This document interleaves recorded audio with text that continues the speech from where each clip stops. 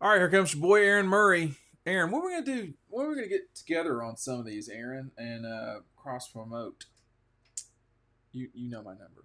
Um, he's gonna go top five. Um, top five coaches in college football right now. And listen, unlike a lot of former football players, Aaron Murray is not an idiot. I know that's a broad word, strong, but dialed in here. So let's just see what he has to say. Boy, I hate when people use the word dialed in, the phrase dialed in. Strike it from the record. That's on me.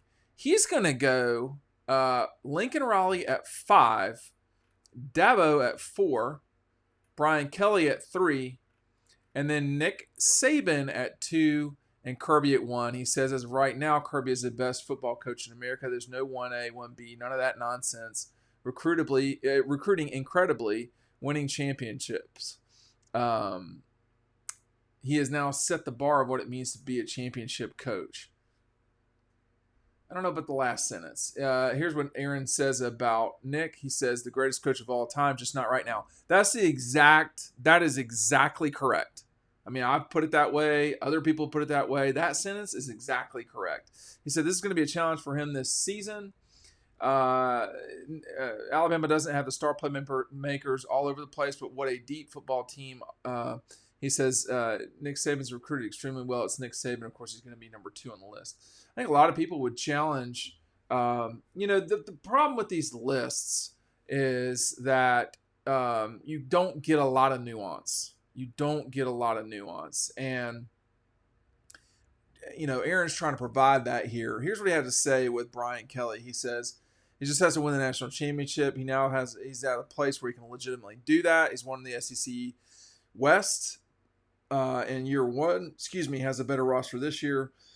LSU will be contenders again. One of the best coaches in America. Totally agree. Says this about Dabo. I think Clemson's going to be a good team this year, but you got to throw the guy on the list. He's won multiple national championships. He's been the best team in the ACC for about a decade now. No question about that. ACC part. He says about Lincoln Riley, he's been one of the best offensive minds in college football from what he did at Oklahoma to year one at SC. He's absolutely crushed the transfer portal as well. I think he might finally have a chance to get a national championship this season. Of the 5 guys on here, I think 4 of them, certainly 3 of them, are in line to win national championships moving forward. I'm not sure I'm ready to say that Dabo or Lincoln Riley are in Dabo's in the toughest position to win another national championship. There's a lot of different reasons why. Lincoln Riley is not in a simple position either. This is they got to get a defense. Make sure you're getting our 2023 preview. You can pick it up at Red Zone. Red Zone's got a lot of stuff we're going to be offering soon.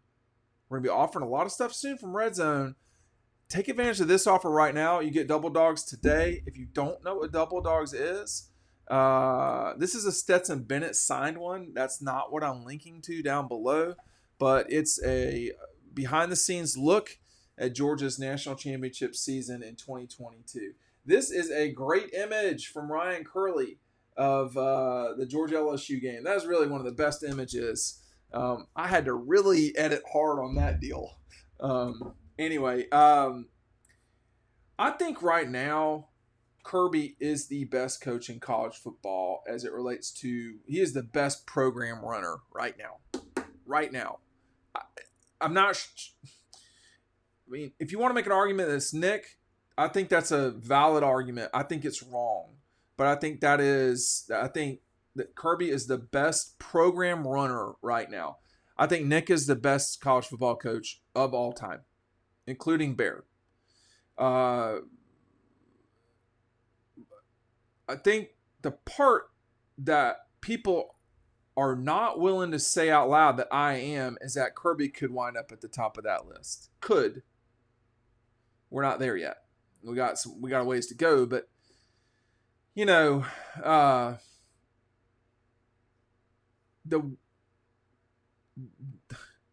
back-to-back national titles is one thing, I think the way they beat TCU over time is going to get more merit. I don't know how much merit it had immediately in Los Angeles. After we left Los Angeles, I remember getting back to the hotel. Everybody thought Georgia'd win. They did. Nobody thought they'd win by 50-something points. Nobody thought that. So that win over time, just like Nick's win over Notre Dame in 12, and everybody except Urban Meyer and a couple other fools thought that Alabama was going to win that game. And they did. They ran away with it. Wasn't close. None of that stuff. So I think for me,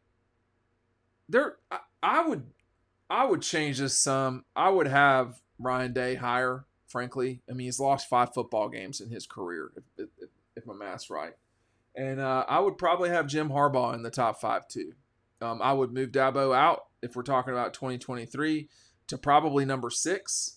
And I would not have Lincoln Riley in front of Ryan Day or Jim Harbaugh. But I will tell you this. They are all three in a similar boat. Ryan Day at least has played for a national championship. Now, what is hard about these lists, and when people like me, these fools, get up here and talk about, this is what we do in the summer. It's about to be the week of July 4th, but it's hard because if you're looking forward, there's not really much someone who's going to be better than Kirby in terms of looking forward. If you're looking back, I mean, that's where it gets tricky. Ohio State's lost to Georgia, and which is, by the way, the very specific reason to buy double dogs. The Ohio State story in here very specifically took me about 2 weeks to write. It took forever. And, I was on the field after the game. I saw the look in the players' eyes and the reaction. And, other guys were in the press box. Here's the timeout Kirby called right before the fake punt. Here's A.D. Mitchell's touchdown to put the Dogs up, Stetson and Kenny. Why was Ohio State so freaked out about playing at the Dome? Well, you'll learn about those details in Double Dogs. So, again, it's down below. But these lists are always hard to justify, or even it's just talk. We don't know. But I'm glad we don't see James Franklin in the top 5, because that just doesn't make sense. I mean, these lists, I always feel like I have to do this. These lists are always predicated on they're zero sum in many ways. Well, they're actually completely zero sum. And if you go up, someone else must go down.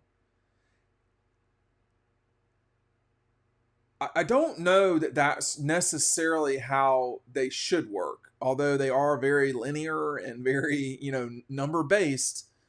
There's sort of orbits. And I don't think that Dabo is any longer in the Kirby and Nick orbit. He can prove me wrong and a lot of other people wrong by winning a national championship this winter. I mean, that's the only thing that's going to stop people from saying he's slipped or getting the playoff. Lincoln Riley, got to win big games. I mean, he's consistently lost in the semifinals. Ryan Day's consistently lost in the semifinals, but he's won a game in the semifinals. I can't say that about Jim Harbaugh, or Lincoln Riley from my memory serving correct, or Brian Kelly for the record. I think the difference for me with Brian Kelly is when LSU gets to the playoff, they probably will win it. We'll see. They probably will win it. I don't know. I mean, it's not a certainty, right? But I don't hate this list. I just think that going into 23, it looks to me like I would have different people in there. I would have a couple of different people. I would want to look a little bit harder too. I mean, is it only about winning the national championship? I think the head coach at Utah is really good. I mean, I think he's been good for a long time. And I think that, I think there are some guys who are overrated. I think James Franklin is very much overrated. I mean, Jimbo has really slid down that hill. I don't know why I'm about to say this, but it feels like Shane Beamer is overrated all of a sudden. I don't think that it's impossible for a guy that's 8-5 to be overrated, but it feels like everybody is ready to anoint this guy, the next great college head coach. I would like to see a double-digit season of wins at South Carolina, even though we're talking about South Carolina. I know how hard that is. I'm well aware of how challenging that is at Carolina.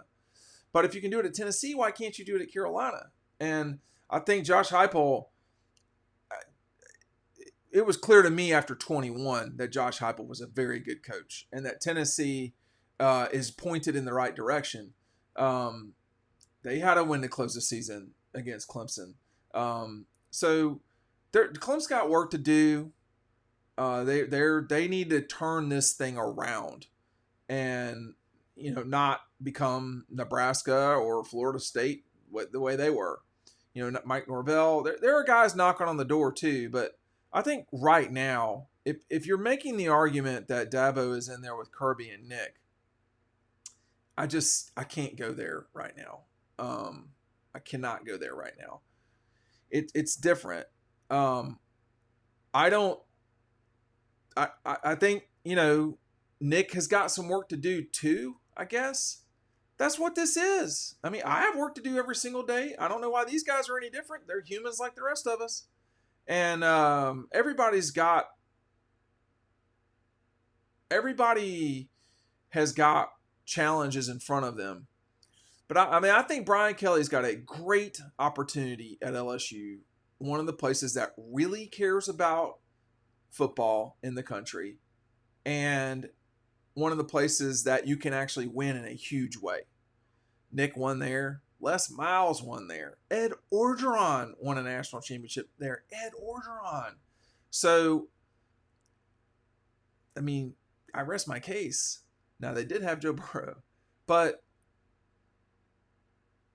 if Urban were still in the ball game, but he's not. Or if, I don't really know who else. Gene Chizik is an assistant coach. You got Mac Brown still hanging out there. Jimbo. It can go away. It can go away at Georgia. It can go away at South Carolina. But it can go away. And the thing about Kirby's time at Georgia, since 16 even, but certainly since 17, is they have been a mainstay in the top 10 in terms of the final ranking. Well, just generally speaking. But, you can't say that about LSU. You can't say that about Clemson. You can't say that about probably Penn State. Had a really rough year one year. Georgia has been consistently good over the last, 7 years? So 17, 18, 19, 20, 21, 22. The last 6 years. And I think their worst final ranking was 8. And, that's a really good year. That's a really good run. Alabama has matched that, if not surpassed it in that time. No, they've not surpassed it in that time. They have matched it. Georgia and Bama both with 2 national championships in that time. Clemson with 1, LSU with 1, and that's it. That's the last 6 years. Now, moving forward, I would anticipate Georgia will win, Alabama will win, LSU will win. I anticipate Ohio State will win, but that hasn't happened essentially in the last 10 years. So, Oklahoma, I don't see that right now. But I can be wrong. So we'll just see. But I let Aaron gets to kick around with a lot of people behind the scenes. A lot of obviously old teammates of his are coaching around the league, etc. So his perspective may be different, but I don't think he's seeing anything that you aren't seeing or I am. And I think that I would not have Lincoln Riley in my top 5 right now. I'd have Ryan Day. I think if you're going to keep Dabo in there, nobody's going to make a giant argument about it. But I think lately it's not been him. It's been the 2 guys from the Midwest. And I don't mean Mark Stoops. I don't want to trigger Kentucky fans. Mark Stoops is a really good coach, by the way. He is in the Kyle Whittingham category of, well, these guys are good. They're just not at places where you expect to win national championships. Could Utah win a national championship?